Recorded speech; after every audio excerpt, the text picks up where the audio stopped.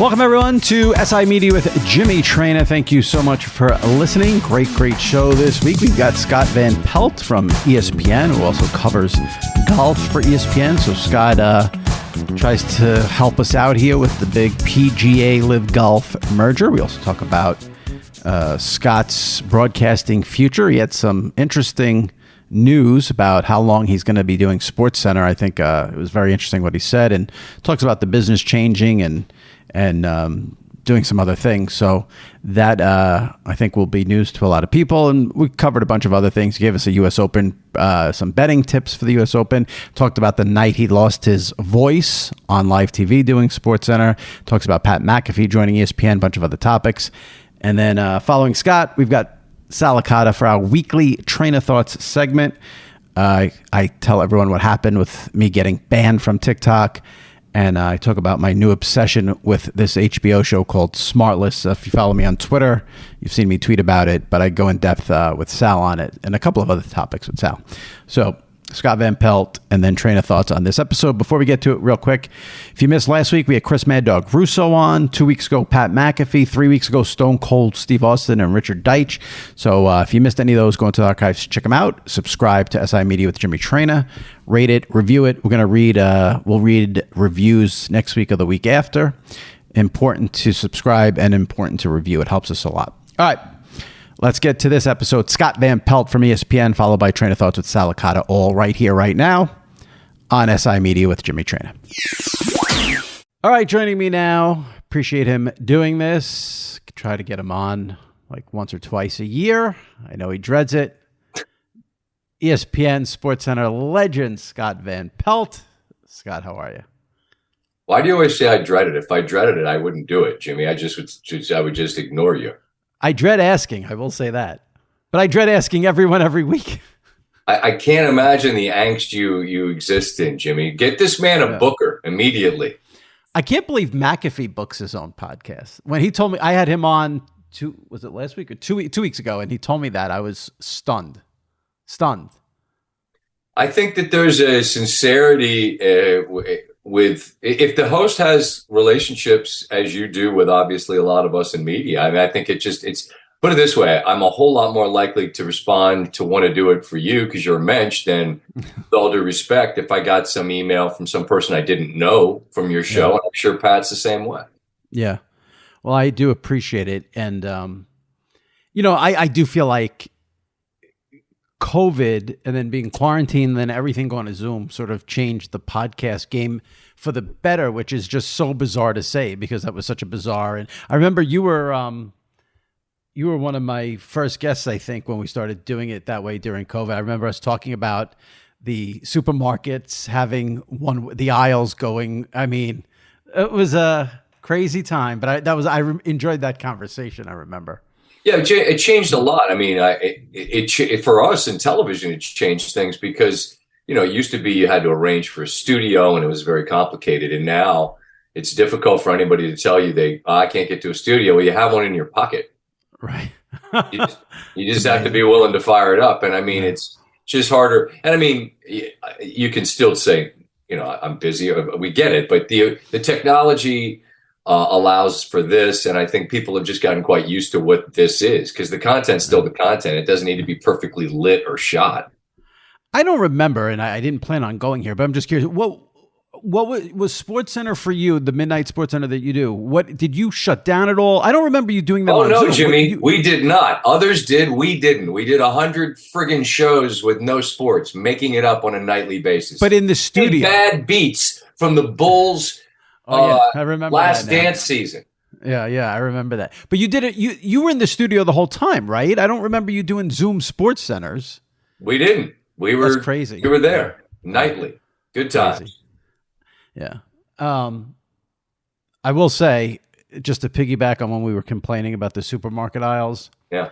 I think it's time we can stop with the stores that have 7,000 parking spots devoted to curbside pickup. It's time to go in the store and pick up your stuff.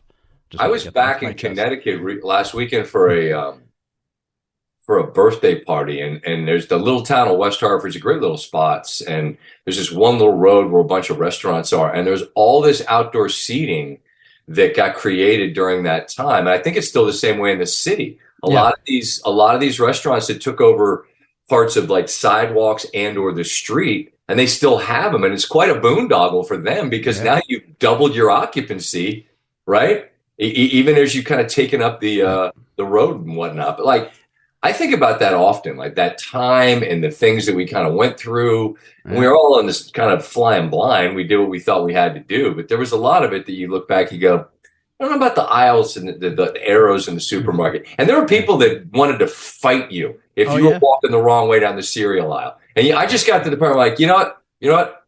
Relax. Just going to grab some Golden Grams and keep it moving. I mean, it was surreal that we lived through, and then it's funny when you have something like the smoke and the smog last week, like now you don't even flinch considering what we went through. I mean, that's correct. I wanted to have you on to talk about the golf and other stuff because you obviously are one of the voices of golf, and I'm an outsider who doesn't follow it all. So the merger thing is fascinating to me because I don't know the ins and outs of it, and I hear these things and see these things, and none of it seems to make sense to me. So I was thinking, okay, maybe Scott can help me understand some things. But let me start with this. How did you find out the merger happened, and what was your initial reaction, which I'm sure probably included the F word? Sitting in the in a breakfast room of this house where we are, which isn't my house. We had a fire in the spring. I talked about it on our podcast some. I didn't make a big to do about it, but it was Oh my God! Cool. So did you lose stuff? We're out of our house for a year. So yeah, I mean, it was not great. Oh my God. Yeah, no. Were you in the house? Were you in the house? I was coming back from the Masters, flying back from the Masters. My family wasn't there either. And so thank God. Yeah, no doubt. Neighbor phones me at like 10 o'clock at that Sunday night. Your house is on fire. What? What started it? There's a lot. It's very involved. Well, it's crazy because it happened with Mike Breen. I know. Who doesn't live far from me, and he lives like 15 minutes away. I phoned Mike after the fact just to ask him sort of like, what did you do? What did you wish you do? What do you wish you didn't do? He's been so great in helping navigate it because it's so. I mean, I don't want to be dramatic. I mean, everyone's okay, but and everyone says the same thing, Jimmy. They're like, oh, thank God everyone's okay, and you're like, well, yeah, but there's parts that aren't okay also. I mean, you take people out of their place where they feel safe and secure, and that's home. Home means many things, not just where your stuff's at, not where you sleep. So we've been kind of bouncing around and been nomads for like the last couple of months, but we're in this place where we're going to be for the foreseeable future, and we're grateful for it. It's a lovely home, and I'm sitting in this little breakfast spot. My mom happened to be here, and she looked at my face and she's like, what? And I said, I can't, I'm trying to make this make sense. And she said, what? And I said, it looks like the PGA Tour and LIV and the European Tour are all a thing. And I said, hold on. Because look, you and I traffic, we all in media traffic in the same thing. You're looking at these feeds and then there are all these fake accounts, which is just a bizarre, I don't know how do you monetize that? I'm the fake Schefter, or I'm the fake Woj, or the fake Rappaport, or the fake who. Oh, cool! You're like at a cocktail party, you're like, hey, I don't want to. I'm the fake Woj. Like, well, how are you, sir? I mean, what? And then what? Well, I have to admit, I've said this many times. I love the fake account. Here's what I love. Why? I love the outrage that comes from the fake account. There was a time, I'll never forget it, when there was a fake John Heyman account reporting some baseball trade. And then the real John Heyman got on Twitter and was like, some deranged sicko is report. And I was like, okay, you're a baseball reporter. Let's relax with deranged sicko. The world's not going to end over a fake trade in sports. Calm down. True, but the reason I'm not the fake SVP on Twitter is because there was some person parading around as me claiming all these things about me that were not accurate, and I wasn't in Twitter. And so then I'm like, well, hold on, like I'm not the fake one. I'm actually me. Right. But part of the reason I liked it is because I think I found it laughable that back before the weirdo bought Twitter, all you had to do was like click on the name, and if it had the blue check, if it didn't have a blue check mark, like if there is Adam Schefter saying that, you know, Aaron Rodgers is traded for Tom Brady, and you click and there's no blue check mark, you know it's fake. Like literally all you had to do is click. Now, obviously it's different now because of Elon's bizarre changing of everything. So I'd be honest with you, I saw a tweet from Eric Fisher, who used to be at Sports Business Journal. He's somewhere else now. I forgot where he is. And he had the tweet about the merger, and I clicked it to see if it was real. He had the blue check mark, and I said to myself, well, you still have no idea if this is real now because anybody could buy the blue check mark. Right. I was in the same boat. Jimmy, and I immediately started looking, and it was pretty clear that this was actually a thing. And then I immediately just started reaching out to players. And I mean, mostly I think people just text. Not a lot of talking these days, at least not for me. I mean, so what was funny about that morning is I sent texts to a number of players, and immediately they're calling and they're asking me what I know, because what I found astounding was they knew as little as I did and found out in the exact same way. And that, I understand the need for secrecy on some levels, and I also think if you're Jay Monahan and it's the players' tour, well, for the players to find out on Twitter the same way some schmuck like me finds out, that can't be, and that's what happened. And so these are, and I mean the conversations with guys weren't. I don't think I'm betraying them. Like these are like highly ranked, highly decorated. The names, I talked to a lot of them, and I don't know that they were actually pretty pissed. Like, what are we doing? How am I reading about this? And what does this mean? And we all just kind of talked through it. Like, well, I don't know what it means. And Jimmy, as you and I talk right now, I still don't know because they don't know. And that's the part that a week and change later is so strange, I guess, about it is. It feels like ready, fire, aim, right? I mean, they went out with this sort of messaging that I don't know if it's rooted in what is going to be, and that's just really dangerous because then everyone reports stuff that may or may not be rooted in fact, and everybody's left to create their own narratives and senses of what it is, and we still don't know. Why do you think they announced it that way? Like, why do you think they didn't tell the golfers? Did they just not want it to leak? And what's the game plan there?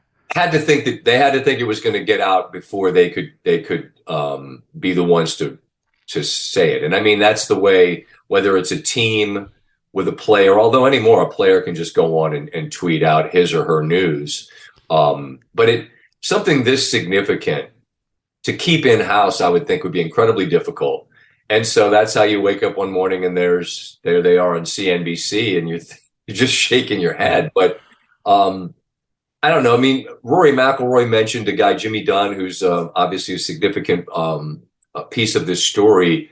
I think Rory traffics at the absolute top of the food chain across the board. I mean, he's got great relationships with CEOs and really important tastemakers and deal makers around the world. So it sounds like Rory got maybe an inkling that morning, maybe before others did, or the night before or something. But I was told Tiger found out on Tuesday morning. Tiger freaking Woods. Right. I mean, and when I saw, one of my first thoughts as someone just in the media world was, how do they not even give a heads up to their media partners? Like, you would think, Jimmy Pitaro would need to know about this, and not us as much. Sean McManus, etc. As much as say a Sean McManus, right? And Lazarus, the people at the networks that are week in, week out tour partners. But what's interesting there, and I mean, this is for people that listen to your podcast, they obviously are interested in media and what it all means. I mean, for anybody else, it's like, who gives a shit? Right. But I mean, if you pay attention to this, when say the SEC goes out and gets Texas and Oklahoma, well, now all of a sudden things change. Well, what's that mean for their rights deal? Well, what's this mean for the rights deal for the PGA/LIV/DP, like what it even is? I'm sure that's a conversation that whatever that entity is going to want to have with all the people that are week in, week out broadcasters, because it changes significantly if all of a sudden hey, Koepka and all the stars that left are back. Well, now you've got a better product to sell. But and basically at this time, a week later, a day later, whatever it is, there's still no information, no timetable, no nothing, right? no, I mean, it's no, other than that, you've got like, the bureaucrats are just like, we're going to take a look at this. It's like, okay. I mean, I imagine they will. And I mean, it's the whole not for profit, then it becomes profit, and then whose money is it? And then that's interesting, Jimmy, because the source of the funds, it matters a great deal here, where it apparently doesn't when it comes to F1, which is the same place the money's coming from. Right. I don't know. I find a lot of the anger and outrage to be interesting because it seems specific to one sport where it's the same place and doesn't apply to others. But that's not. And it's also personal because the outrage is with the individual golfers. Right. You took the blood money and all, and it's. I mean, now Jay Monahan, who forbid them from doing that, apparently did the same exact thing. So that creates some obviously interesting conversations. And then he says their loyalty, meaning Tiger and Rory, will be rewarded. Okay, how? From where? I mean, there were reports that Tiger was $750 million. I mean, you're going to just cut a check? I mean, I don't know. I have no idea. But then again, I don't know who plays where, with when, and with whom. So the list of questions is a mile long. Yeah, educate me on this, since you said you spoke to some of the players, you tie with the players, you know what's going on with the players.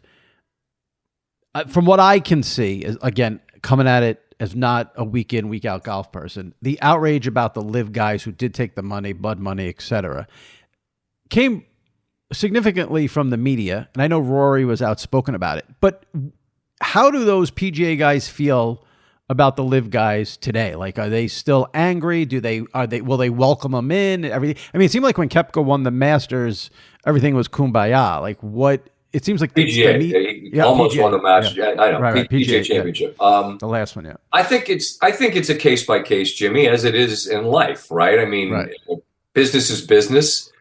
Guys took the money. I know Koepka, he's down in the same South Florida community where all these guys are, and he's very friendly with a lot of the guys that didn't take the money and go to the LIV Tour. Right. Where there are other guys that left, it's way more sort of adversarial. Phil's kind of on his own island because he's kind of, I mean, he's older than most of the guys that on the younger players, obviously. I mean, he's the one guy in his 50s, pardon me, that we're talking about here.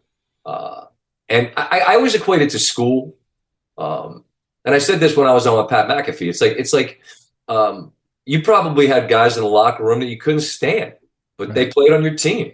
Right. Well, your teammates. This is an individual sport, so it's not the same. But there's people you work with. There are people that are on the tour that you're just not friends with. And you didn't like them when they were on the PGA Tour, and you don't like them now. The sticky thing will be if the guys that took the money get to come back. The guys that didn't take the money are looking around going, so I'm the idiot for not taking the $90 million because they got to do it and come back for no penalty. But again, the PGA Tour or whatever it is, what was the PGA Tour, they've suggested that the guys that are going to come back are going to have some sort of a penalty. All right, well, who's adjudicating that penalty? Again, I don't know. But I think the question you asked was, how do guys feel? I don't think it changed particularly in most cases of how they felt about the person. I know it bothered guys. It sucked. They'd fractured a really good tour, and guys that didn't take the money, I'm sure wondered, did I make the mistake? How's this going to go? And now a year later, maybe they think they did. But I think the angst is more with the powers that be as opposed to the individual players, because I think you either like guys or you don't. And I don't know that necessarily changed a ton when this happened. I heard an interview last week. Brandel Chambly was on with Chris Mad Dog Russo on SiriusXM. I don't know. Are you tight with Brandel? Are you friends with him?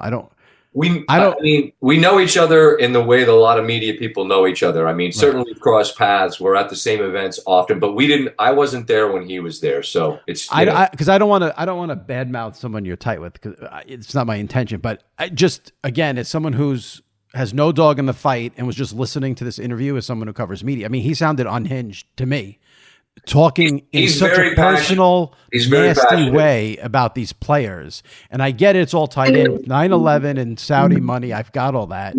But it was like, it's okay, don't worry about it. It was so over the top, the way he was talking about these players, and they destroyed this and they destroyed that, and they'll never, and they killed LIV, and then he said the merger's never going to happen. And I was just like, this is like, I can't even believe what I'm hearing because I don't know this.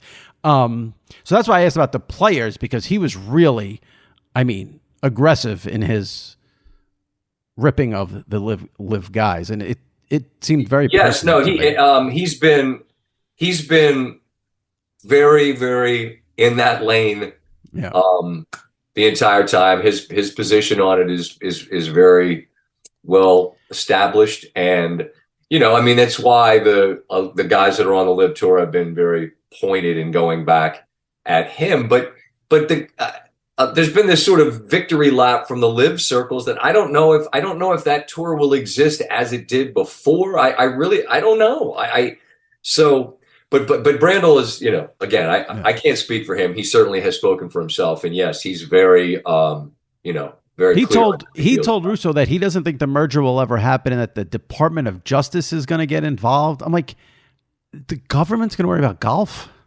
Yeah, really? Well, I mean, I guess I'm sure with the kind of money at the level that's going on here, apparently they'll be interested in taking a look. I mean, they often get involved with stuff like that. And you're like, wait, you're worried about steroids in baseball? Right. That's what we're worried about today? Exactly.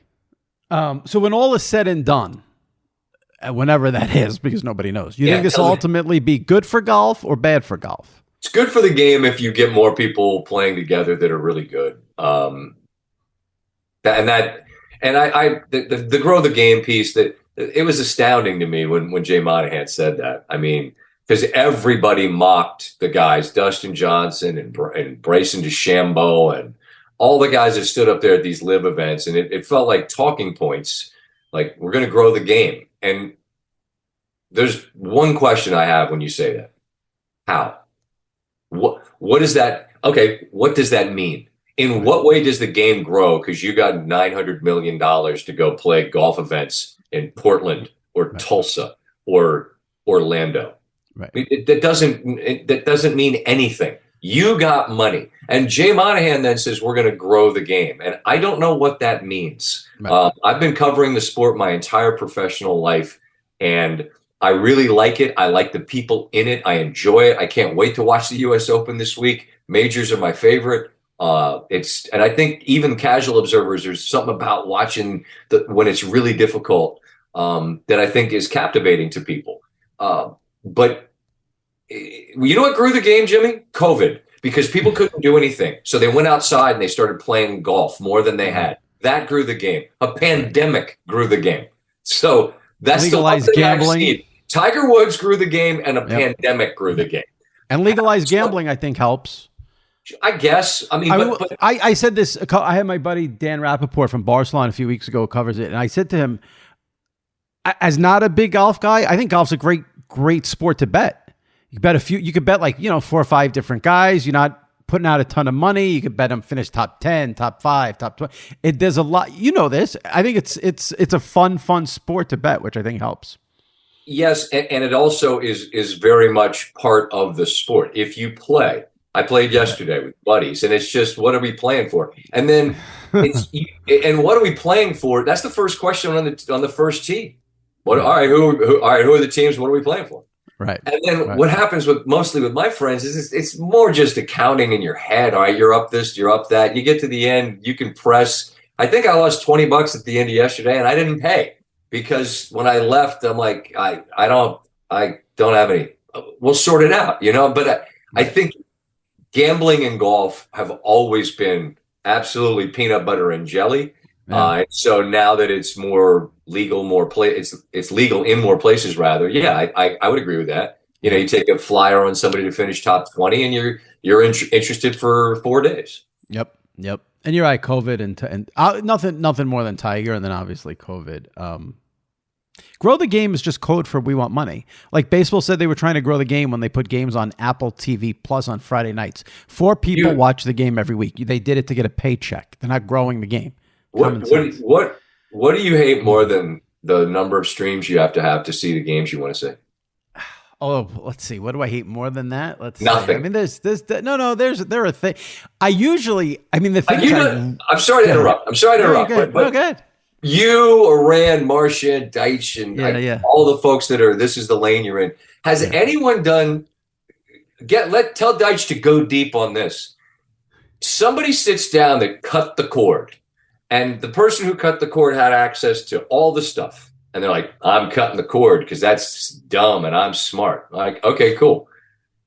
Have you done the buffet analysis of what it is to pay for this, to pay for that one streaming service you don't even remember that you have, but it's $9. And by the time you look at that CVS receipt that's this long, are you paying more? Are you paying more to watch the stuff you used to pay, whatever you paid for cable? I'm not saying you should go get cable. This is not a defense of that. It's just a question of if you cut the cord and now do all the other stuff, are you actually paying more? My guess is you might be.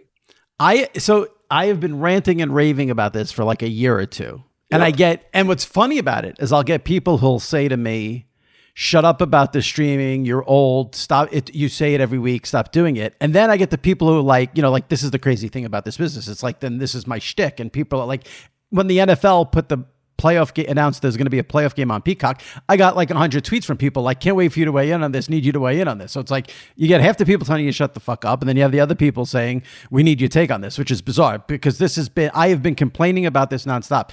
And my complaint, I feel like sometimes I don't like to watch games on streaming services because I like to flip around. That's one complaint. And then the other complaint is you still need some basic cable package to watch sports, whether it's cable, YouTube TV, Hulu TV. You need a base package to watch the NFL on Sundays, college football, and then it's all the add-ins. And what I've said all along is if you're a sports fan who likes 1 or 2 sports, you're good. You like more than 2 sports, you're going to get absolutely bludgeoned with the fees because you need 12 different streaming services. I don't see how that's such a radical take, but people somehow, I don't get it. I don't. You need everything. Since I agree, I don't see it as being radical. I just think look, we all traffic in facts and opinion. I don't feel like that's opinion. What you just said are facts. I'm of the same opinion as you. I don't like when I have to go back and forth. I mean, look, we've all become pretty nimble at it. You can get there relatively quickly. But if you're just it's third down and they went to a review here and I want to get to, a different sport or another league and I got to go to another thing. It becomes more layers of pain in the ass than are necessary. My biggest frustration about it is people are like, everyone has Amazon. How do you not have Amazon? Or you're cheap or just, I'm like, I have them all. I'll show you the bills. I have them all. That's the problem. That's the problem.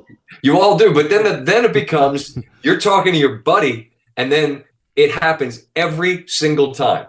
You're ahead of them or they're ahead of you. Right. I can't talk to you. I can't. If you know that the shot goes in or doesn't go in, I can't talk to you.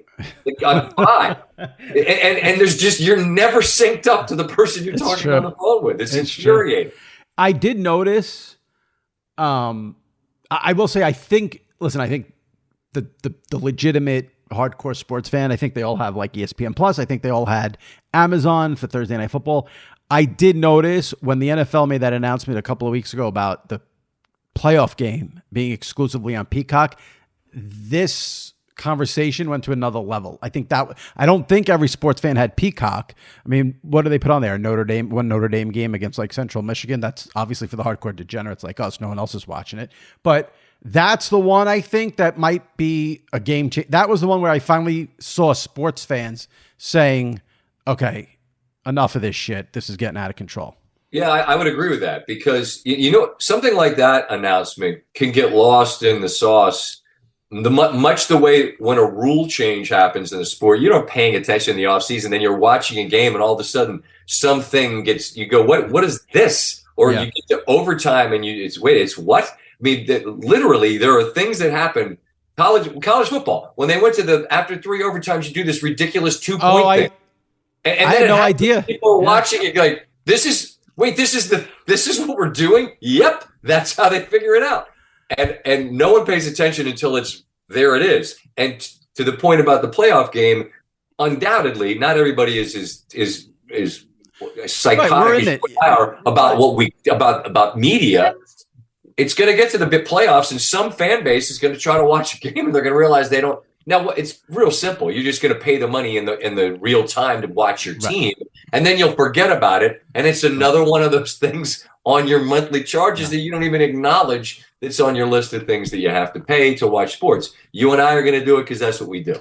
I absolutely love you for bringing up the college football third overtime one, because I remember watching a game and texting my buddy Diesel, and I said, "What is going on? What is going on in this game? I don't understand." And he explained, "This is the new rule." I had no idea, and I'm in the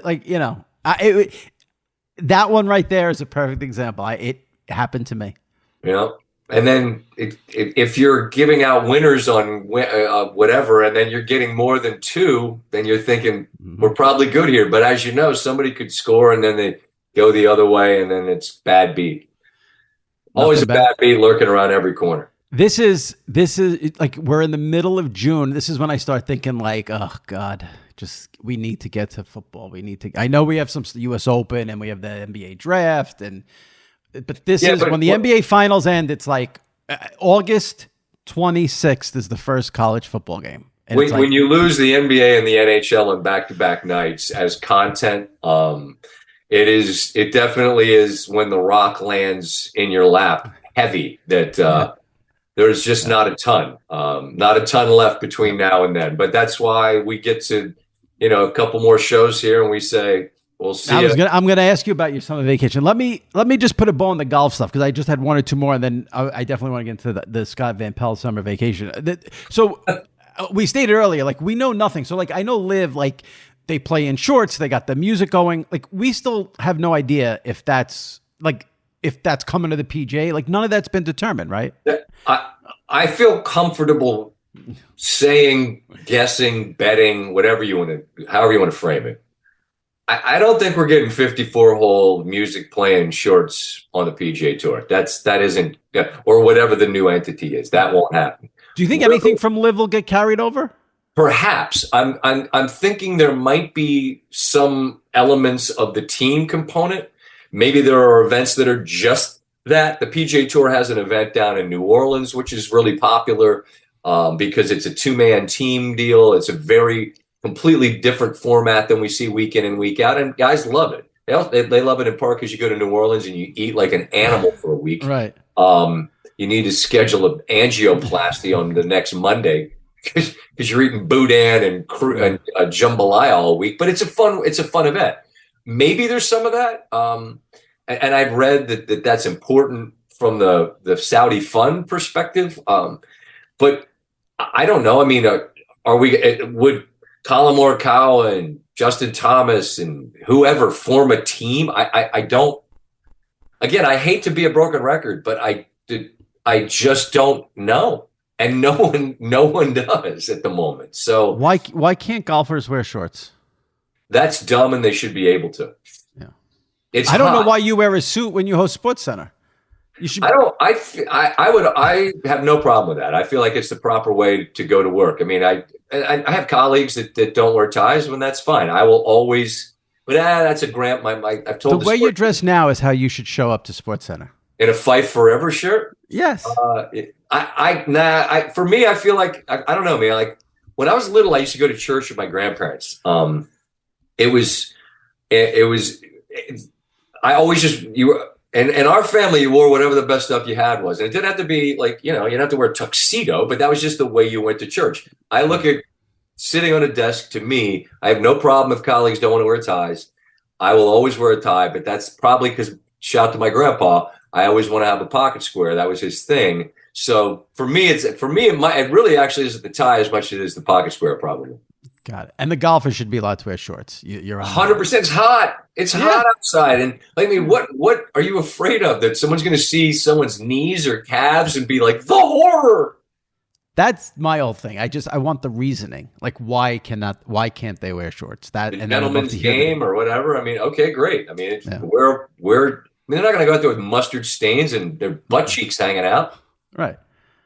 That you shorts. No one needs to see that. I agree. Last thing on the golf, we talked about it, the betting aspect of it. Give my listeners a U.S. Open. Who should we wait? Give me a winner and a top 10 person. Might have some good value. I mean, the value part's the hard part. I like Hovland. I feel like Victor Hovland has been trending in the right direction. He's been right there close, obviously very nearly won at Oak Hill. And I must be honest, when it comes to the LA Country Club, I'm 100% flying blind. I've never been there. So I don't know. I don't know who it favors necessarily, other than what Victor Hovland does. He's favored anywhere he goes because he's a great ball striker. You just all the stats, all the golf nerd stat stuff. For your listeners that aren't real golf fans, he's great at all of them. As far as a top 10, you want value, like you want somebody that's like don't give me Brooks Koepka. I understand that. I just like John Rahm's a real good one. Yeah, but like. You can roll your eyes, but like Scotty Scheffler finishes in the top 12 every week he plays. So I mean, if you're not getting plus money for it, but I mean, right.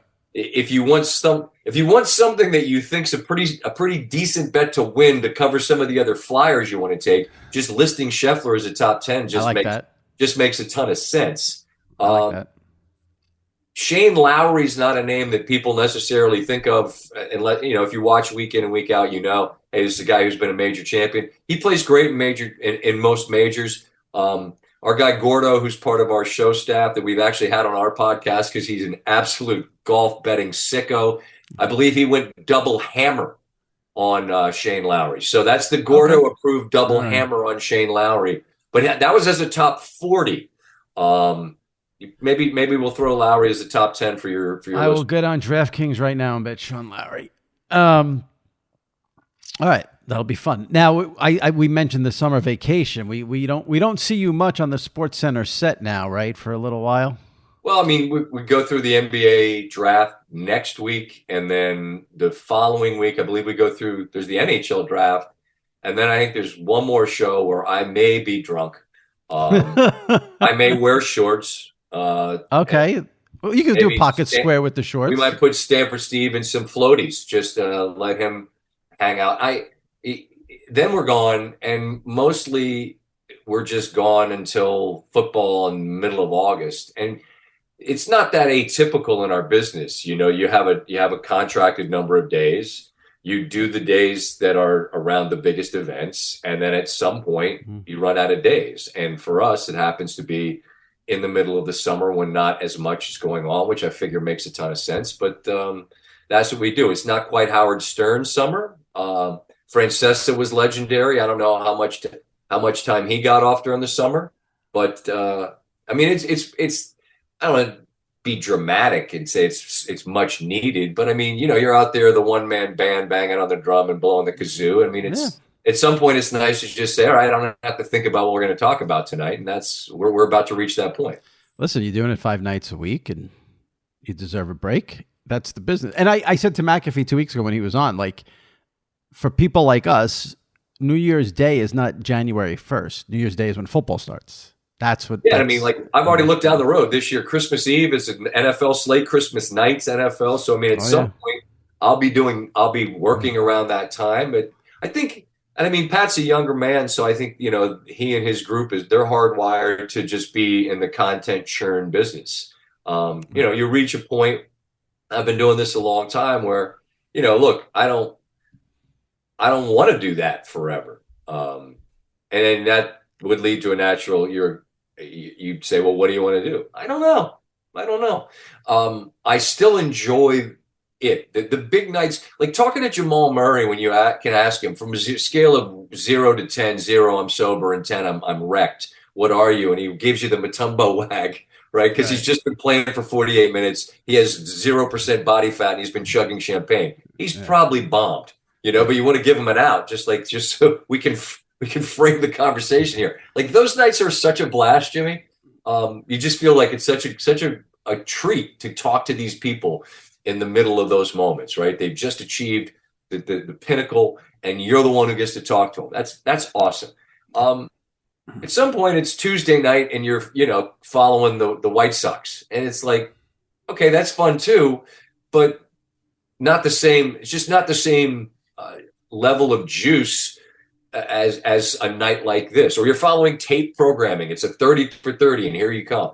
Coming off a game, at least there's a game. So there's a fight. It sounds like you've thought about. Go ahead. It sounds like you've thought about how much longer you want to do this. For sure.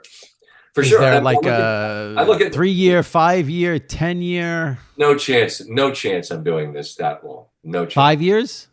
I don't know. Like this? Three? Every single night? 3 years? Nah. You don't think you're doing SportsCenter for 3 more years? Nah. I don't think. Oh, shit. My contract doesn't run that long, and I mean, when it's time, there's conversations to be had about what all is part of it. At some point you just got to step aside and let somebody else have at it. All right. So let's say 2 years from now, you're negotiating a new deal. Do you say to them, I don't want to do any SportsCenters? Or you're saying I'll do it maybe September through January during football. I want to do it 3 nights a week, or you're giving it, or it's cold turkey. Goodbye. God bless. See you on the other side. Listen, I don't think it would be cold turkey. Goodbye. God bless. I mean, listen, they have reestablished the market. So that conversation, look, they could come to me with like LIV numbers and say, hey, listen, Van Pelt, we really like this thing you do. And, they get you caught up to some of the numbers they've thrown around. And you go, hey, yeah, they can roll Peepaw out there, and I'll be sitting out there and going, let me tell you about the game tonight. So when you saw Marchand report the alleged Pat McAfee salary, did you raise an eyebrow? Not negatively. I mean, no. I went on with Pat and I told him, and I meant it. I'm thrilled for anyone in our business, Jimmy, who gets paid, sincerely. And if you do a pocket watching thing where you're worried about what others make, then that's you'll waste a lot of time being bummed out. I'm well compensated for my time. You raise an eyebrow when the industry resets itself in such a way where it's like real estate comps. All right. If you live on a nice street and the house next to you goes for multiples of what your house price is thought to be, well, then you go, well, that's good news for me, because there aren't too many houses on this block. I think we live in this block. That's what that house went for. That's awesome. Because if we sell this house, to quote Fat Joe, yesterday's price is not today's price. And right. So that's the conversation that you have when that time comes. But raise an eyebrow in a negative way? Absolutely not. Because not in a negative way, in a, oh, he's making this and I'm making this kind of way. Well, of course you say, well, that's a lot of dough. And you, all you're trying to figure out is like, okay, well, what should the reasonable compensation be? Right.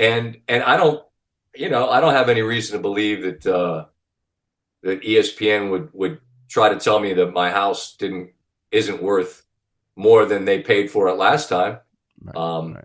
And in fairness, I mean, you and McAfee do two different, it's two different jobs. I think, when ESPN signed Pat, there's these reports that ESPN's in the middle of layoffs, which is horrific. And then they signed Pat in the middle of it. And, I get to the average person who's not in media why that might not look great. I think if you're in media, you understand what Pat's value is, what Pat brings. And I think then there were reports that some ESPN people are unhappy about it, which, again, who knows? But at the end of the day, Pat has nothing to do with the other people. Pat's show is different than what other people, what you do is different from what Pat does. What SportsCenter in the morning is different from yours. So to all the comparisons, like you said, you got to be careful with that. I would agree. They're different lanes too. I mean, Right. and unfortunately, the layoff piece is something that have gone through, and you've gone through it. You all have, like the Athletic this week, I believe. And I mean, you lose really talented people, and it happens everywhere. Ours gets far more attention than anywhere else. But the idea of spending money to hire a unique talent like Pat and what he brings. And like people use the word optics and they say, oh, the optics. Well, Disney's running a business. And if you believe that Pat McAfee and that show and the ways that he can be used for the company are going to grow viewership, then you spend money. And in business, you spend money to make money. And I think everyone understands that concept. So, I mean, sure. I mean, whatever the numbers are, you're worth whatever somebody will pay you. And bully for Pat and his group. And I think Stephen A on his podcast made the same point I'd make. He negotiated his deal this week or however many weeks ago, and he got what he could get. Well, when the time comes to sit down, then I'm going to have Fat Joe as my agent. He's just going to say the same thing over and over and over, and we'll see where we land. You should have Pat as your agent. Pat said he's his own. Pat said he doesn't have an agent, doesn't have a publicist. Make Pat your agent. As much as I admire creating your own lane and thriving in that lane, the ability to have the conversations, because like I think an agent, I mean, they serve a lot of purposes, but mostly they have conversations with bosses that might piss you off, because they're going to say you're not worth this. McAfee, he's the one having the conversation. That's awesome. That's there's a fearlessness with that dude that's been well rewarded at each turn, and I think guys like Pat are who, like back in the day, maybe you looked at Dan and Keith, or you looked at Chris Berman, just keeping it in our shop, or like Robin Roberts is a great example too. You go from this to that, right? I mean, there's a lot of great stories. I mean, it's the Big Cat and PFT, it's the Pat McAfees that I think younger generations are going to look at and say, how do I follow that lane? I don't think anybody's going to want to be me. Because again, you talk about how long do I want to do it? I don't know how many years there's a need for this. Although 8 years ago when we started, people like, who watches SportsCenter? And I get that. You'll still see that. But it's yours. You'll still see that. Like, I don't watch it, and that's okay. But there's still a lane for what we do and how we do it, and the way that we've rated and the connection we have to our audience has proven that. And most of the people who are watching that are watching it for you. They're not watching for the highlights. They're watching it to get a little Scott Van Pelt personality in there. I guess. Like you said, it's the same thing with, like you said, with PMT, Pat, it's the personality. I think so. I think that's clearly that's the direction things are going. It was when I started here, you weren't supposed to, they don't want you to have any personality or opinion. And then it was a total 180 where that's all that anybody wanted is personality and opinion. So I don't know. Sometimes our business is really interesting. I think this part of it right now that we're discussing, that's the biggest sea change that we've experienced, really. Yeah. How we've talked about your future. Your how much time do you have left on your current contract? Do you know? It's I don't even know. Okay. After the summer, it's like I think we're inside 2 years, and I don't know. So I can't get past the fact that you said that you don't think in 3 years you'll be doing SportsCenter from a selfish standpoint of like, I need you to at least continue Bad Beats, even if SportsCenter goes away. I need Bad Beats for the rest of my life. This isn't me like drawing some line in the sand. It's just I know you're catching me right before summer, like the vacation when you're like, I don't know. I can't tell you, Jimmy, how many times I've said, I don't know how long are you going to do this? I don't know, because it's time passes and my interest in doing it hasn't waned. It's just I think you just get realistic with yourself about how long are you going to be asked to do it. How long does the industry want to sign up for you doing that in a certain way? I mean, and that you see the way things evolve, and I think it's smart to always ask yourself, how can you evolve for that, probably that last little bit of it, right? Because at some point you're like, you only get so long in this business. So, what's the last sort of chapter or chapters plural look like? I don't know. And you gotta be willing to look at all of that. Do you have an idea? Let's say you did, let's say the SportsCenter run ends in whatever, 2 years, 3 years, 4 years. Do you have in your head what you want to do next, or you don't know yet, or you have to see how the business changes? Yeah, local weather. Why not? I feel like I'd really be great there. Wear wacky hats, go to like mall openings. And, you have to, the sleeves have to go up when there's a storm. So make sure you're working out. That's the big thing. I do a lot of cardio, but I'm old. It's hard. It's hard to feel like I can't go the McAfee route. I just kind of look. No, the thing, Jimmy, that I have done, I don't know if well is the right word, but the thing I have done throughout my entire career is be very much on the wave at the moment. I really never charted a course. I didn't arrive with a plan, and I don't necessarily have a plan at the moment other than that. I think I know in a traditional sense of hosting television, right? It's changing. What it is changing. But in terms of hosting television, I think that's what I'm good at doing. I think I can make the viewer comfortable because I'm comfortable. So I think I can continue to be in that space in some capacity. I guess it's just a question of how long do you have the appetite to sign up for that many nights of doing, a show? Does it become less of those and more of just around the bigger events? I don't know. And I'm just literally thinking out loud here with you about it, because I don't have sitting here at this desk, I don't have a list of things. It's like, don't want to do this, want to do that. And I admire people that are the list makers and the goal setters, because I think that can be a great way to attain it. But I also think it's a great cowherd line. Don't try to be happier than happy, and if you're good, try to stay good, and mostly that's how I feel. So, when I know what it is, if it's different, I'll let you know. And if I wake up, what?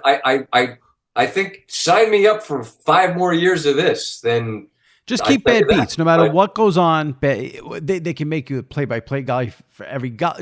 You got to keep bad beats. It's the single greatest segment in the history of sports TV, so you have to keep it. Well, plain and simple. We hardly own the idea of it, but we certainly are identified with it. I mean, it's sure, of course, that can't go away. I'm not saying you abandon any of the properties you're associated with. It's just, being realistic with yourself, man. How long are you going to get to do it? And what I love about Bad Beats is we have seen it all. We've seen it all. And yet when something crazy happens, we still have the reaction of like, you've never seen anything like this. And it happens every single week. Almost. No, every week. The Abilene Christian Virginia football game from however many years ago that is my all-time favorite. I have on my desk Stanford Steve's laughing and saying, "Who bet on this game?" I have on my desk a note and a bet slip from a guy in Kentucky who had $400 on Abilene Christian. And I love that. I love it more. I love it. I get sent a lot of stuff. Some of it's weird. Some of it's some of it's fantastic. That bet slip right there is I will frame someday when I'm done, just to have as a memento that the true sickos out there. Yeah. We're one of you. We were here for you, and we were grateful that we were able to share in all of this together, somehow making joy out of the misery. I think that's what it is. Somehow we always are laughing at the absurdity. You have to. Well, right. You have to. Yeah, but then that night it's like that night at 6:50, you're like, all right, what do I like here? I'm gonna go under in this one. What did we talk about? I think we talked last year. You don't have to bet baseball. Don't do it. I've been good about it. I've been good about it. Because then it's an everyday thing, and you're laying 2 minutes. You're laying 180. Don't do it. Don't do it. That is my weakness. I do love doing it, but I try not to. I've told you this a million times. It's funny. There's the tired sport. The cliche is that sports bonds us, sports community. Yeah. Bad Beats bonds way more than sports, like you said about that Abilene Christian. I've told you this before. My all-time favorite, I'll never forget as long as I live. I forget the details of it because I'm old, but that Mountain West snow game where the coach declined the holding penalty is still Air Force Wyoming. Yeah, I believe it was Air Force in Wyoming. It's like the only time you've ever seen a defense decline a holding penalty. Because it was the only way they could win.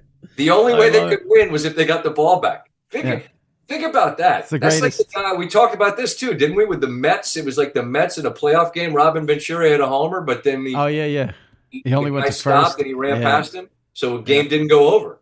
Right. Imagine losing a game, Jimmy, where you hit a grand slam but didn't get a grand slam. I can imagine it. I can. What you said, you don't make lists. You don't think about this. That. Do we have a list of goals for the summer vacation? What do we want to accomplish while we're away from your SportsCenter viewers for 2 months here and wait till football? But what are we going to? Are we just relaxing? Is that it? We've had a challenging spring. We've been moving around. We've had stuff. It was kind of a lot. I think sincerely hitting the refresh button and just, I don't know. I'm big on gratitude. I always talk about that. I think that spending time, family, friends, it's cliche, perhaps, but it's sincere, you know. Are you more beach guy or pool guy? Beach. Yeah. There's a place, Bethany Beach, Delaware. It's a great little beach town. We'll spend some time there. Nice. Kids are doing swim meets and all that stuff, so we'll do that. Got some trips planned. There's the annual par 3 golf tournament with my friends, which is I have to try to win that. It's been many years since I have, so gonna have to grind on the wedge game to try to win down there at the Midway par 3 in Lewis, Delaware. Shout out to our friends. Can you wear shorts there? You can wear shorts. Although I think one year the host did wear a really handsome houndstooth slack, which was that was an aggressive play. It's not a slacks kind of place, Jimmy. He did wear slacks one year. It was a 1 year only kind of a deal. So let me end it with. It's boring. Yeah. These are boring answers, but that's good. No, that's good. Listen, relaxing is underrated. It's underrated. I say this often. I'm excellent at doing nothing. Really, really. I am too. But this is the problem. For people listening, I'm holding up my phone. The phone never stops. That in order for people like us, I think, to relax, the phone has to be off, do not disturb. This guy, you got to be able. That's on you. It's on you to untether yourself from it, and it's difficult, and it's difficult. I think you always stay in that lane of just putting your, toe in the water to see, well, who's saying what today, because there's that chunk of time where things seem to, something will go haywire, and just keep tabs on what's going on in the sports world. But it's nice when you don't have to try to figure out how to make content out of it. That's for sure. Yes, that would be nice. Let me end it with this. I texted with you after it happened. We didn't speak, obviously. What happened the night you lost your voice hosting sports? Can you imagine live TV where your job is to talk? Here's what I wanted. I don't. How long before the show did the voice go, or did it happen during? It happened during the show, right? It did. It was the first time that had ever happened, and it was really wild. The allergy season here in the DC, Maryland, Virginia area was just apparently like historic levels of pollen in the air. And it was just allergies.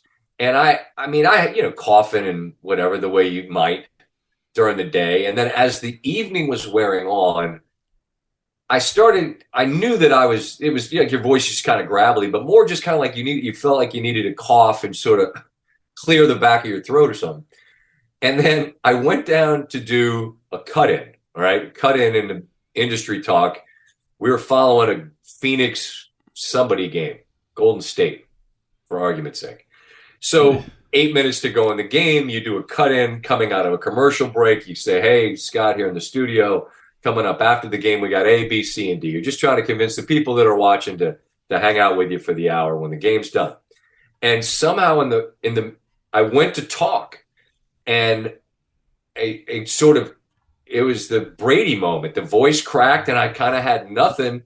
And I think Mark Jackson made the comment like, this is going to be Scott Van Pelt's flu game. And as we were kind of getting from the last 8 minutes of the game until the show started, it was just, my voice was just getting worse and worse. And then in the process of we had a chunk of time where we actually started trying to tape segments, thinking, all right, well, we're not on for a little bit. We got to try to get something on tape. And it was getting worse and worse and worse. And I can't explain what it's like. There's a panic. I don't get panicked, Jimmy. I mean, everything that can happen to you in this business has happened to me. We got Baba buoyed by the guy Shanks. I said a great moment in television history. I said fuck going to break because I thought we were off the air. You're not supposed to say that, but I did. Right. I mean, wrong highlights run, you're on camera. Like anything that can happen, you do this long enough, everything bad can happen. But you ultimately realize nothing bad happens because it's like you just sort of shrug and go, well, I'm sorry we cussed. I'm not the one that put the crank caller on the air. Like wasn't me, whatever. But you got to be able to talk. And now I can't talk. And it's just, I don't know what to do. And then Connor McDavid scored, I think it was like his 60th goal. And I just couldn't talk. And Stanford Steve heroically jumped in and sort of said, the stats, McDavid, blah, blah, blah. And I just had nothing. And I don't know. It never has happened before. Knock on wood, it won't happen again. And I just sort of apologized on Twitter, and people were very kind about how, I think you said that people called it heroic, and I thought, it's not heroic. It was horrible. It was pathetic. Well, you finished the show. You kept going. I couldn't talk. And then the next day I couldn't. It was iffy during the day. And I just said, look, I can give it a shot. But here's the thing about doing the show we do. It's just me. Right. There's, go back to if your glory days were Dan and Keith. Well, if Dan lost his voice, then Keith would just do it, or vice versa. Right. But as much as Stanford Steve's my guy, I mean, he's not going to do on cameras and highlight reads. It's not what he does. So they just said, look, take the break.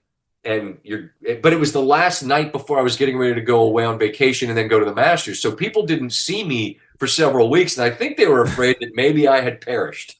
Then I popped up at Augusta and there we were. But it was bizarre, man. I mean, I don't know. I think allergies and I couldn't talk. I can't imagine that on live TV, the fright. Not just great. A complete fright. Not ideal. No. Well, listen, it worked out. Like you said, these things happen and everything's fine. But you deal with like 24 hours of like assholes like me posting it on Twitter and in their columns. Fine, it's fine. It's fine. You know, it's as it's happening. You know that's gonna be sort of content. But what I realized after the fact was that I don't think I'm performative. Like on the air, I don't do a lot of the TV guy. I'm not doing hi and welcome, blah blah blah. I'm not that guy. I'm not that person. Yeah. I just am kind of me. But there is something to punching Connor McDavid with there's that inflection. When I tried to do that the voice was just like, not today, pal. And so I'm like, oh, okay, I can't do that. But maybe if I just sort of whisper, but then I don't know. It was. You made it though. Right now. What a night. Well, I appreciate it, and you'll get a lot of voice rest now until football starts. So. We'll be ready to go. Bad beats, all the good stuff. August 26th is the first college football game. So we now mark the calendar every day till that date, basically. We got the U.S. Open this week. Do you even watch it? Yeah. Like, I will bet it and watch it. But I'm not. Would you watch it? Would you watch it if you didn't bet it? Absolutely not. Maybe on Sunday when it's wrapping up. But I'm not going to sit in my house on an 80-degree Saturday afternoon and watch it if there's no money at stake. That's I understand. You're a city kid. That's just not. It's not your sport. I'm not. No, I'm a Long Island guy, but I'm not. I hate saying things like that because people interpret it as like you hate golf. It's like, no, I don't hate golf. Like I hate. Everything is so extreme. It's like there's different strokes for different folks. Of course. Yeah, well, that's fine. You don't have to explain it to me. But I'll be. I will. I'm going to bet all the things you told me to bet, and I'm going to watch it. Okay. I'll have a great time doing it. There you go. All right. Thanks, Scott. I really appreciate it. Enjoy the summer, and we'll see you down the road. I hope so, Jimmy. Stay well until next time, all right? You too. Thanks, buddy. All right. Joining me now, as he does every week for our Train of Thoughts segment, my buddy from SNY TV, WFAN Radio in New York, Sal Licata. Sal, how are we doing? today. Oh, great. What day is today? A nice Wednesday in the And big city. I have never once seen you wear glasses. If people are watching on YouTube and not listening on Apple, Spotify, etc., see Sal with some specs. Dude, my eyes are shot. All of a sudden, I can't see shit anymore. Yeah, I know. It's scary, though, because it happens kind of out of nowhere, and I'm putting everything far away from me. I feel like my father used to do, as you get older. So with this stuff now, I find, especially with the light, I find it helpful to just use the reading glasses. So, unfortunately. So you just got them recently? Within the last 6 months, maybe a year or so. I'm using them, but I'm using them a lot more often now because I find that it helps. Yeah, because when I see you, we're like in a restaurant usually. You're not wearing them in a restaurant. Yeah, and like we haven't been out to dinner in a while, but if we do go out to a steak dinner in one of those darkly lit places, I can't see shit on the menu. I got the phone out like my parents would do with the flashlight on there and the glasses. Sucks. I've had glasses since I was in college. I'm as blind as a bat, basically. So. All right. I have a lot of topics this week. Well, not a lot, but I have good ones. Good ones. Okay. All right. I'm going to save the one I'm most excited for last. We'll start first with, let me first tell you, I don't know if you're aware. I have tweeted about it. Do you know that I got banned from TikTok? I did see that, but I don't understand why. And then didn't you reply like too many Sopranos videos or something? It was a copyright violation. I guess I had 3 strikes, which I didn't know, from posting it was Warner Brothers Media, from posting Seinfeld and Sopranos videos. Now, I know you're not on TikTok. Right. I'm on there way too much. The upheaval in my life from getting banned, you have no idea. I didn't care that I got banned in terms of like losing followers because I only had like 2,000 followers on there. I cared because I was following like 350 people. And because I have such a terrible memory, when I started my new account, I'm following 50 people. Like I can't remember the 300 other people I followed. It's not like Twitter where you just get a name in there. So the stress level of losing those people, my For You page is a disaster now. And the last video I had posted before I got banned was a video of Stone Cold on this podcast from a couple of weeks ago, and it had 1.5 million views. Wow. I was excited about that, and now it's all gone. And what I don't understand is if you go on TikTok, if anybody goes on TikTok and starts scrolling, whether you have an account or not, every other video is of TV shows and movies. So I don't know why I got banned. Someone said like maybe one of my friends said like maybe someone had it out for me and like reported the videos. I mean, I doubt that. No, I'm not that important on any level, but I don't understand why I would get banned when everyone's posting TV clips on there all day long, but my account got whacked. I think you're better off, honestly, and I'm not saying this to be an old, curmudgeon or whatever. Like, we need as a society to stop with this shit. Stop with first the Twitter. Of all, your words are useless. TikTok. I already started a new account. I'm back on there. But that's what I'm saying. Like, you're wasting precious time watching this shit. The only reason why I like TikTok is because it keeps my wife occupied when I want to watch something. But I was like, you're on the fucking phone all the time with this TikTok shit. Yeah. And what do you think she fought back with? You're always on the phone looking at Twitter. And she's right. Like, we shouldn't do it. It's not healthy. So here's what's funny about that. I have that.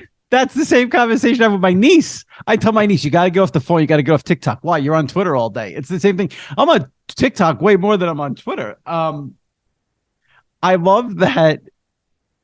I don't know if I don't want to. You deal with your wife what you just said is what parents. I do this with my nieces. When you're in a restaurant and you want them to behave, you give them the iPad. You tell your wife, "Here, go TikTok while I watch my show." Well, if I put a game on, she doesn't want to watch the game, and we want to be there hanging out together, so she'll scroll through the TikTok. And then the annoying thing is she's showing me these videos like I give a shit, which I don't. And 90% of them are fake. Like, people are setting up. No. They are. I don't even believe this stuff. Or maybe 90% of what she's showing you, but not 90% of what's on. I'm saying like stupid things that people do to get views or likes. It's like, it's obviously a setup. Guy gets his junk caught in a vacuum. I'm like, really? A, I don't care to see that. B, it's set up. It's so fake. Oh, I would totally care to see that. Well, so I'll just say this: the way TikTok works is, I mean, it's as scary as anything you'll ever see. It knows what you're into and what you like. Now, some of it goes by who you follow, and then the videos you like, and I think it goes by like the videos you watch to completion. So, like, let's say you watch a Billy Joel video on TikTok, okay? Right. Within like 5 minutes, you're gonna get like an Elton John video. Right. And then you'll get like a Michael, they know that, so like if you watch a lot of cooking videos, then you're getting all sorts of like cooking videos. So what I gather is that your wife is watching a lot of prank videos. Well, right. I don't know how she got on that because it starts as like life hacks and baby stuff and whatever. And then, some prank videos where the husband's playing a joke or whatever, but it's clear the baby does something wild. It's clearly to me staged. And I'm like, I can't. And then I'm like, so what it is. I'm like, what about me? Am I on there? And then she searches. Oh, you're on there. Yeah, what comes up? Yeah, no, Easter's over, and people mocking. Yeah. I'm like, all right, I've heard enough. Move it, keep it moving. Yeah, the WFAN has an account on there. Oh, do they? Yeah. No, anyway, I don't pay attention to any of it. Not Instagram, not Facebook, none of it. All right. Well, Sal, one day when we're together, maybe I think your wife is not showing you the good side of TikTok. I'll show you some of the, We were actually just talking. We were just mentioning it today. We got to get to Maureen's together. I brought it up because she's like, oh, can Saturday night or whatever, I want to go out with my friends. And I'm like, that's great. Like, I like that you have a new friend now and you could go out. But when was like all my free time is to her and the baby. I'm like, I haven't seen my friend. She's like, who? I was like, I haven't gone out to dinner with Jimmy in forever. So then I was thinking maybe we could do Maureen's. Don't put me in the middle of this. Oh, I mean, wait, does your wife post on TikTok? Or just watch it? I don't think so. Oh, I okay. think she Because I would follow her. Okay. Yeah. All right. So anyway, I got banned from TikTok. That was the first thing I wanted to do. The second thing, Pat Sajak retiring from Wheel of Fortune. Do you care about that? Are you a Wheel of Fortune fan? I mean, you're usually working and commuting at that time. I mean, I don't watch it regularly. Now you'll watch it when a clip goes viral or something. But I grew up on it. I grew up more on that than Jeopardy. It used to be on at 7:30, if I'm not mistaken, right after Jeopardy. So I would watch it regularly as a kid. And I just have a hard time comprehending how he can stay sane doing that same job, solving puzzles for 40 plus years. That to me is remarkable. Because he was getting paid like $15 million a year. That's why. And also it just shows you how dumb the people are for paying him. Like, you tell me they couldn't pay anybody else for $200,000 a year to spin that wheel or whatever to go out there and do it. Like, come on. Well, like you said, he's been doing it so long, you become sort of, Wheel of Fortune, to me, it's part of Americana. Right. So, but the show's going to go on with a new host. Do you have any names that are going to be in the running? I'll get to that. I just want to say this. I just looked it up. I said 15 million. He makes 14 million a year. I mean, that's highway robbery. And those shows, those shows are taped like in bunches, I think. Like, I don't think he's not working like 365 days. Right, but it's not like it's not like he's a professional athlete who has a unique skill. I'm not saying he's not skilled, but it's a good skill. It's not a $14 million a year skill. He's associated with that show in such a big way. I mean, I get what you're saying, but the show makes so much money. His $14 million salary is nothing. Well, let me ask you this. If they went to him and said, Pat, 5 years ago, whatever, 10 years ago, Pat, we're going to have some cutbacks. We're going to give you $2 million a year. Where the fuck is he going to get $14 million a year? Well, I mean, listen, that's a great question. I think the drop from 14 million to 2 million is extreme. But right, but $2 million to go host a talk show, a game show? Come on. Well, but that's the thing. If he's done it that long and the ratings are what they are, they don't want to mess with that. And for the record, I'd rather see everybody get paid more. So I'm not trying to take away. I'm just saying, like, he was kind of grandfathered in to where in the old days that used to be the thing. But anyway, it's remarkable that he's been able to do it 46 years. Well, this is the issue. The name that is supposedly the favorite that everyone says is getting the job is Ryan Seacrest. Oh my God. You couldn't have a worse choice. I'll tell you, listen, there are a lot of problems with America, and America has done a lot of bad things. But America letting Ryan Seacrest become a thing is near the top of the list. I'm sorry. I'm sorry. I mean, really? Could you be any more of a just... So this is my question then, and it plays into kind of what we're talking about with the money. I've never once watched Wheel of Fortune because of Pat Sajak. I knew who he was because of Wheel of Fortune. Maybe I watched because of Vanna White. I've never once said, hey, let me flip on Pat Sajak. Now, he does a great job, but like the hiring of Ryan Seacrest is clearly them panicking, saying we need to get a name to watch the show instead of just saying it's the show that's selling us. Yeah, they want a name who's going to be, boring. Well, but it doesn't make any sense. It's the show. Like, I think you're underestimating how important familiarity is. I couldn't say that properly. Right. Familiarity is with people like that for a show. Like, look at the late night shows and the morning shows. Those people are on there forever. Like forever. Like, is Drew Carey still doing The Price is Right? I believe so. Yeah. I mean, Yeah. Right. And Alex Trebek, obviously the Jeopardy all these years. I don't know. I get it. I'm just saying, like, they should groom a new host as opposed to just going to steal a name. I think you're 100% right. I think if they groomed a new host, even if it was someone no one knew about, it would still do just as well. I agree with you there, 100%. And there is something to groom. Like, look, nobody in America knew who James Corden was, and then he came on and became like this. So there is something for correct. It doesn't just have to be new. Poaching other names from other networks or big names from other networks. Right. I hate when they do that. Ryan Seacrest, my God, your favorite. Whatever. All right, I'll go the opposite now, and talk about something that has taken over my life since Saturday or Sunday.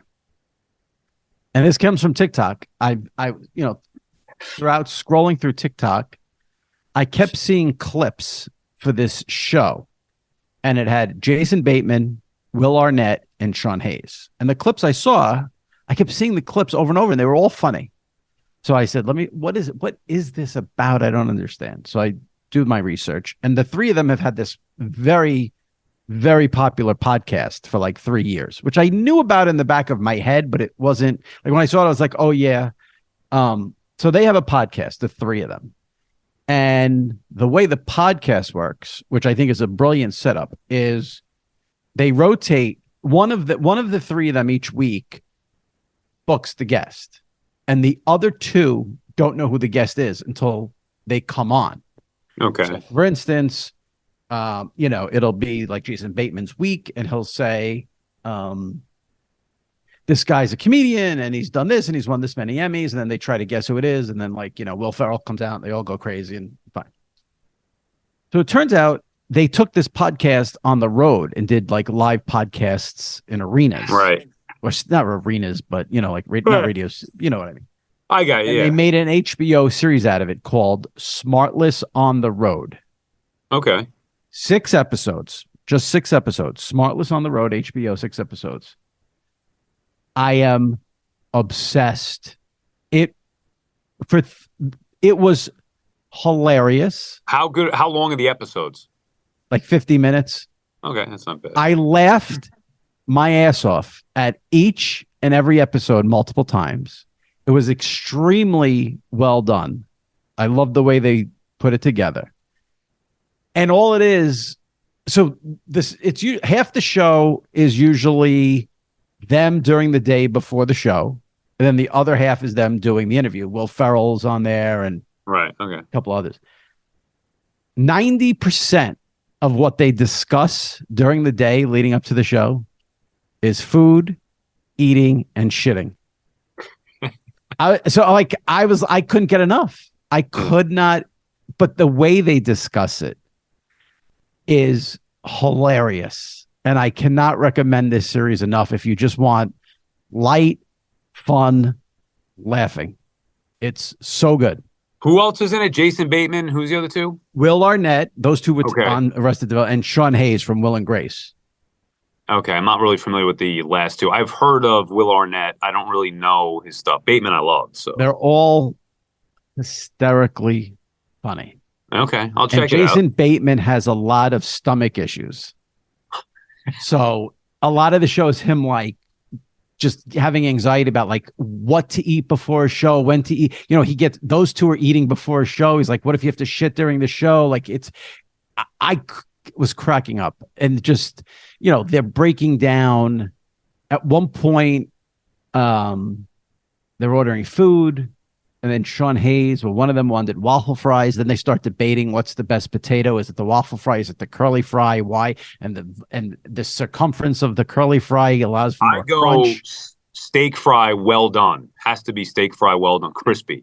The best one of all is the tater tot, which it's a disgrace that restaurants don't carry them more. But I cannot recommend that series enough. Oh, I'll check it out. I think you would love it. Yeah, all right. It's just funny. Like, it's just funny. And it wasn't even one of, and like, it's not like a Succession where you have to like pay attention to every word. It's very light, which I like.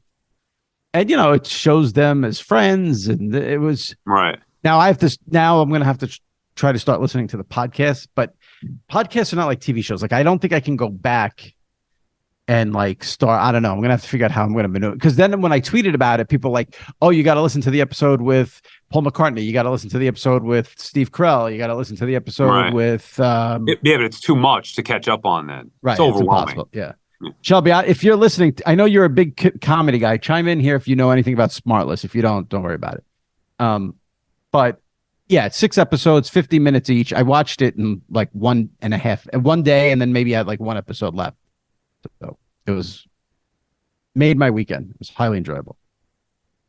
I think we need more shows like that. There's so many, especially with my wife, like she wants to watch serious stuff and dramas or thrillers. So I've been loading up on those over the years. I need more light stuff. So I'll check it out. So that was everything I had for you. All right. I'll tell you the other bizarre part. So that was the highlight of my weekend. The other notable thing from my weekend was I was cleaning out my garage a little bit and found an old disposable camera. And for shits and giggles, I took it to CVS. You could still get those things developed. I thought they were going to say, we don't do that. Right. They said like it takes like 1 to 3 weeks.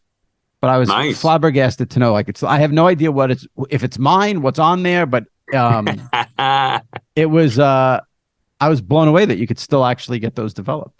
Yeah, I can't remember the last time I went in to develop film. Yeah, I mean, you're talking about probably over 10 years ago. I know.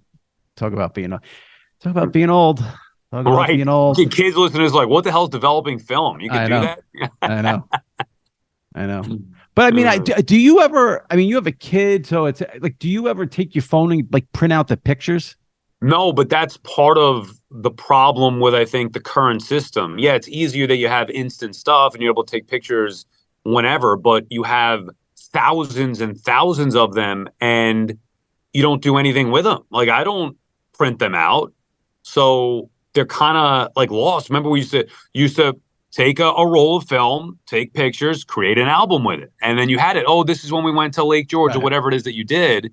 Now it's like you have to search for stuff. Like, I'm like, oh yeah, I think I took a picture. Search for it. So I mean, I'm lucky I could find the picture of me and Larry David in my phone or whatever. Oh, I have that in my phone, and when I see it, I start to twitch. But it is a problem. What do you do? Like, do you get one of those frames that just rotates? I don't have one of those. I don't know. I search through my phone if I need something. Yeah, I don't know what people do. I'm not a big print out the picture guy. All right, so the lessons here. Follow me on TikTok, Jimmy.Traina. I used to be Jimmy Traina. Now it's Jimmy.Traina. So you can follow me on TikTok, watch Smartless, and I don't know. That's it. We'll see with it. Now, sports, we got, to me now we wait to football, August 26th when college football starts. Again, baseball, but You're welcome for your reminder. I gave you that reminder to make sure you get that $100 off on the YouTube. The Sunday ticket. Yeah, which I did not sign up for. I'm not going to do it, I don't think, this year. Now I'll probably end up just getting it and paying the $100. But as of now, I don't think I want it. When you texted me and you said today's the deadline for the $100 off, did you buy it? And I said no. And then I went and I ordered it. So I'm all set. Sunday ticket on YouTube. I'm good to go. And then you texted me and said that you're not ordering it. I didn't have the energy to be like, who the fuck are you kidding? I didn't want to go back and forth with you. But I know. When is the first day of the NFL season? I know the text I'm going to get on the first day of the NFL I caved. Oh, I don't think I'm going to do it. I got to watch. It depends where I'm at in my career. But right now, I got to focus on the Jets and Giants. It's fucking overwhelming. You know it. I know we live for it. We love it, but it's exhausting. Everything you say makes sense on paper. And yes, on June 14th, you can easily say, I'm not ordering Sunday ticket. On September 8th or whenever it is, we'll see what happens. Right. It was stupid just to not buy it because what's the couple $100 anyway, just to have the access. But I know it's a gateway. If I have the access, I'm going to be loading everything up. You know how it is, the 6-7 games, whatever it is at once, gambling like an animal. Sunday ticket is a gateway. Right. Yeah, it is. Because, so you think if you don't have Sunday ticket, you won't bet? I think I'll be, my goal is to try to focus in on just the Jets and the Giants, which I have to do for work, which are intriguing enough storylines this year, each team, and kind of have that simplify in what otherwise would be chaos every Sunday with everything. And obviously there's a family is a part of that. You know what I mean? Like football Sundays, I can't be bothered. But let me ask you this. You're an Atlanta Falcons fan. What's the plan? Yeah, but not really anymore. I mean, I am. Yes, I grew up a Falcons fan, and this would be the first time since probably 1999 that I won't be able to watch every game if I need to. But I've fallen off over the last several years anyway with them. So I'll pay attention to it, but not, like I said, it's different with my job and also just in life. Like I can't do it. It's too much. And if I'm watching 8 games at once, I'm not really watching a game, Well, listen, again, I look forward to the text in that second Sunday in September. I know I'm going to get at about 12:30, and I will share it on the podcast. I may have to get the Red Zone this year. Oof. I think you and I are the only 2 people in America left that don't like the Red Zone, and here I am caving potentially. I think the Red Zone is going to be actually a big deal this year for a lot of people because I don't, it's not on DirecTV anymore. So you can only get it. I know. I think that'll change, but I don't know. But the Andrew Siciliano Red Zone is gone, and I think people were used to that. So we'll see what happens. Yeah. But again, June 14th, very easy to say what you'll do in September. True. All right, Sal. Have a good week. All right. We'll see you next week. You too. Talk to you later. All right. All right. My thanks to Scott Van Pelt and Sal Licata. If you enjoyed the episode and you're not an SI Media with Jimmy Traina subscriber, please subscribe to the podcast. Rate it on Apple. Leave a review. We'll read it in the next week or 2. And if you missed recent episodes, check them out. Chris Russo was on last week from SiriusXM Radio and First Take. We had Pat McAfee 2 weeks ago, Stone Cold Steve Austin, and Richard Deitch 3 weeks ago. So give those a listen, subscribe, rate, review. All right, that wraps it up. We'll see you next week. Stay safe and take care.